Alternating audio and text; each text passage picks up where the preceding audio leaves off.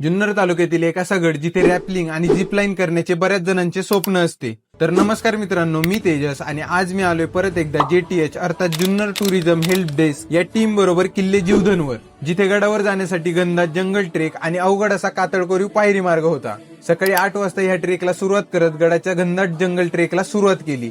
या पाऊलवाटेमध्ये असलेल्या मोठमोठ्या दगडी मार्गाचा हा ट्रेक पूर्ण करत कातळकोरीव पायऱ्यांजवळ असलेल्या माकड लिंबू झाडाची माहिती घेतली. कशाचं झाड आहे?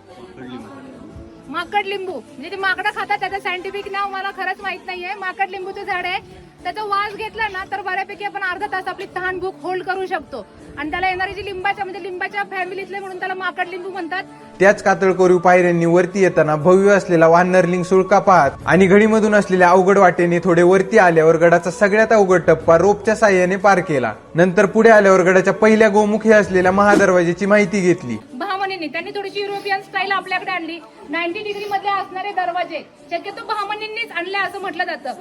आणि हे जर पाहिलं तुम्ही, हे प्रतीक कोणाचं आहे? हिंदू धर्माचं प्रतीक आहे. म्हणजे हिंदू धर्मामध्येच हे कोरलं गेल्याची आपण 100% गॅरंटी देऊ शकतो. गडावरती दुसऱ्या बाजूला असलेले धान्य कोठार, त्या शेजारी असलेल्या टाक्यांचा समूह, अनेक वाड्यांचे अवशेष व इथे गडावर येणारा दुसरा मार्ग आणि गडावरती असलेल्या देवींची माहिती घेतली. इथून जर खाली गेला ना तर जुन्नर दरवाजा लागतो आणि हा जुन्नर दरवाजा खाली घाटघर गावामध्ये उतरतोय.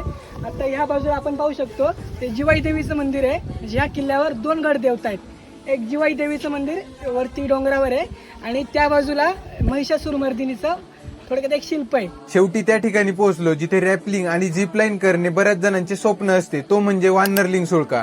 त्यालाच इथे खडा पारशी असं म्हणले जायचे. असा संपूर्ण जीवाची धन करणारा जीवधन या गडाची संपूर्ण माहिती घेत जुन्नर तालुक्यातील 7 किल्ल्यांपैकी 5वा गड, जो जुन्नर दुर्गोत्सवच्या साह्याने यशस्वीरित्या आम्ही पूर्ण केला.